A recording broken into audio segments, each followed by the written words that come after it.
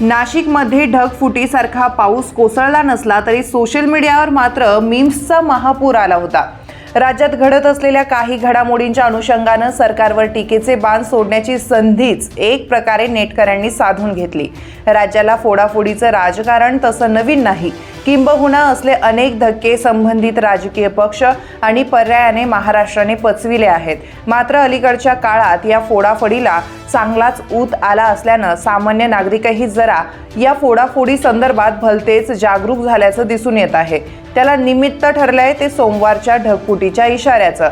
हवामान खात्याशी चर्चा केल्यानंतर मुख्यमंत्री देवेंद्र फडणवीस यांनी नाशिकमध्ये ढगफुटीसारखा पाऊस पडणार असल्याचा अंदाज सोमवारी वर्तविला होता आणि सावध राहण्याच्या सूचना केल्या होत्या। मंगळवारचा दिवस उजाडला तेव्हा मात्र ना ढगफुटीसारखा पाऊस कोसळला ना गारपीट झाली। मग नाशिककरांनी आपल्या शैलीत या ढगफुटीच्या वक्तव्याचा समाचार घेतला।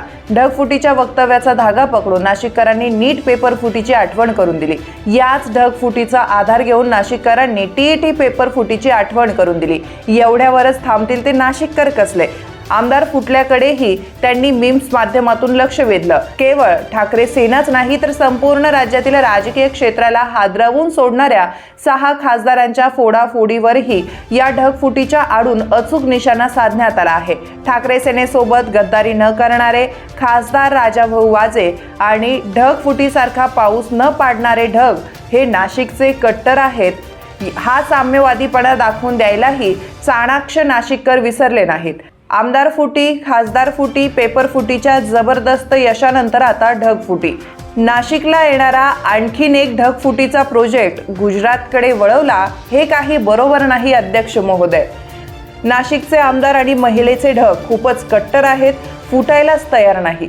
या आणि यासारख्या मीम्स सोशल मीडियावर झळकत होत्या। अलीकडच्या काळात घडणाऱ्या घडामोडींवर या निमित्ताने अचूक प्रहार करण्यात आला। तुमच्या भागातील प्रत्येक बातमी पाहण्यासाठी तसेच अशाच ताज्या आणि विश्वासार्ह घडामोडींसाठी उत्तर महाराष्ट्र न्यूज नेटवर्क सोबत जोडलेले रहा। सोबतच फेसबुक, इंस्टाग्राम आणि यूट्यूबवरही आम्हाला लाईक आणि शेअर तसेच सबस्क्राईब आणि फॉलो करायला विसरू नका।